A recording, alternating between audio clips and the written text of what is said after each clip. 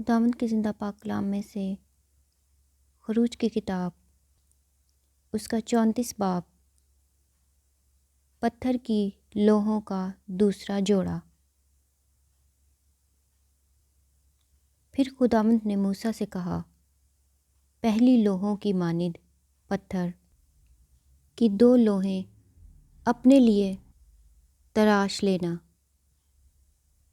اور میں ان لوہوں پر وہی باتیں لکھ دوں گا جو پہلی لوہوں پر جن کو تو نے توڑ ڈالا مرقوم تھیں،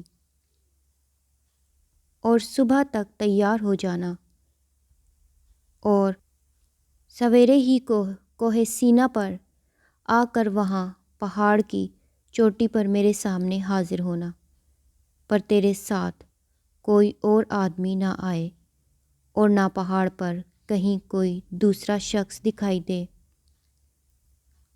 بھیڑ بکریاں اور گائے بیل بھی پہاڑ کے سامنے چرنے نہ پائیں۔ اور موسیٰ نے پہلی لوہوں کی مانند پتھر کی 2 لوہیں تراشیں، اور صبح سویرے اٹھ کر پتھر کی دونوں لوہیں ہاتھ میں لیے ہوئے خداوند کے حکم کے مطابق کوہ سینا پر چڑھ گیا۔ تب خداوند ابر میں ہو کر اترا، اور اس کے ساتھ وہاں کھڑے ہو کر خداوند کے نام کا اعلان کیا، اور خداوند اس کے آگے سے یہ پکارتا ہوا گزرا، خداوند، خداوند خدائے رحیم اور مہربان، قہر کرنے میں دھیما اور شفقت اور وفا میں غنی، ہزاروں پر فضل کرنے والا، گناہ اور تقصیر اور خطا کا بخشنے والا، لیکن وہ مجرم کو ہرگز بری نہیں کرے گا، بلکہ باپ دادا کے گناہ کی سزا ان کے بیٹوں اور پوتوں کو 3 اور 4 پشت تک دیتا ہے۔ تب موسیٰ نے جلدی سے سر جھکا کر سجدہ کیا اور کہا، اے خداوند، اگر مجھ پر تیرے کرم کی نظر ہے تو اے خداوند، میں تیری منت کرتا ہوں کہ ہمارے بیچ میں ہو کر چل، گو یہ قوم گردن کش ہے، اور تو ہمارے گناہ اور خطا کو معاف کر اور ہم کو اپنی میراث کر لے۔ عہد کی تجدید۔ اس نے کہا، دیکھ، میں عہد باندھتا ہوں کہ تیرے سب لوگوں کے سامنے ایسی کرامات کروں گا جو دنیا بھر میں اور کسی قوم میں کبھی کی نہیں گئیں، اور وہ سب لوگ جن کے بیچ تو رہتا ہے خداوند کے کام کو دیکھیں گے، کیونکہ جو میں تم لوگوں سے کرنے کو ہوں وہ ہیبت ناک کام ہوگا۔ آج کے دن جو حکم میں تجھے دیتا ہوں تو اسے یاد رکھنا۔ دیکھ، میں اموریوں اور کنانیوں اور ہتیوں اور فرزیوں اور حویوں اور یبوسیوں کو تیرے آگے سے نکالتا ہوں، سو خبردار رہنا کہ جس ملک کو تو جاتا ہے اس کے باشندوں سے کوئی عہد نہ باندھنا، ایسا نہ ہو کہ وہ تیرے لیے پھندا ٹھہرے، بلکہ تم ان کی قربان گاہوں کو ڈھا دینا، اور ان کے ستونوں کے ٹکڑے ٹکڑے کر دینا، اور ان کی یسیرتوں کو کاٹ ڈالنا، کیونکہ تجھ کو کسی دوسرے معبود کی پرستش نہیں کرنی ہوگی، اس لیے کہ خداوند جس کا نام غیور ہے وہ خدائے غیور ہے بھی۔ سو ایسا نہ ہو کہ تو اس ملک کے باشندوں سے کوئی عہد باندھ لے، اور جب وہ اپنے معبودوں کی پیروی میں زناکار ٹھہریں اور اپنے معبودوں کے لیے قربانی کریں، اور کوئی تجھ کو دعوت دے اور تو اس کی قربانی میں سے کچھ کھا لے، اور تو ان کی بیٹیاں اپنے بیٹوں سے بیاہے، اور ان کی بیٹیاں اپنے معبودوں کی پیروی میں زناکار ٹھہریں، اور تیرے بیٹوں کو بھی اپنے معبودوں کی پیروی میں زناکار بنا دیں، تو اپنے لیے ڈھالے ہوئے دیوتا نہ بنا لینا۔ تو بے خمیری روٹی کی عید مانا کرنا۔ میرے حکم کے مطابق 7 دن تک ابیب کے مہینے میں وقت معینہ پر بے خمیری روٹیاں کھانا، کیونکہ ماہ ابیب میں تو مصر سے نکلا تھا۔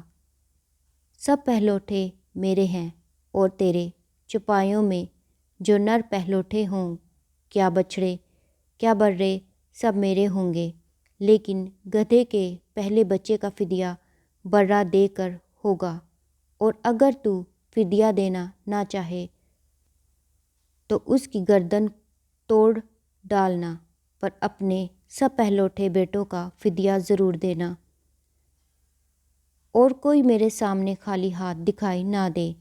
6 دن کام کاج کرنا، لیکن 7ویں دن آرام کرنا، ہل جوتنے اور فصل کاٹنے کے موسم میں بھی آرام کرنا۔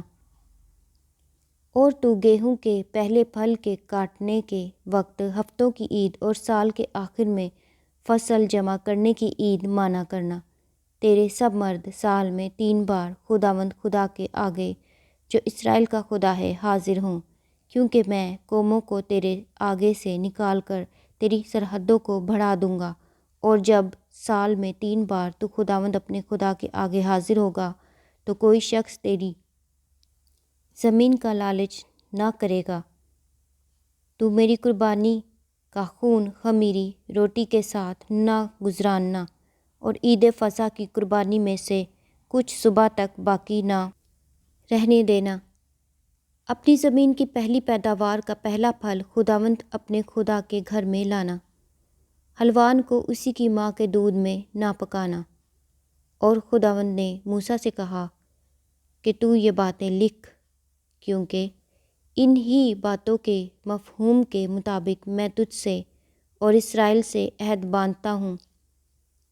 سو وہ 40 دن اور 40 رات وہیں خداوند کے پاس رہا، اور نہ روٹی کھائی نہ پانی پیا، اور اس نے ان لوحوں پر اس عہد کی باتوں کو، یعنی 10 احکام کو لکھا۔ موسیٰ کوہ سینا سے اترتا ہے۔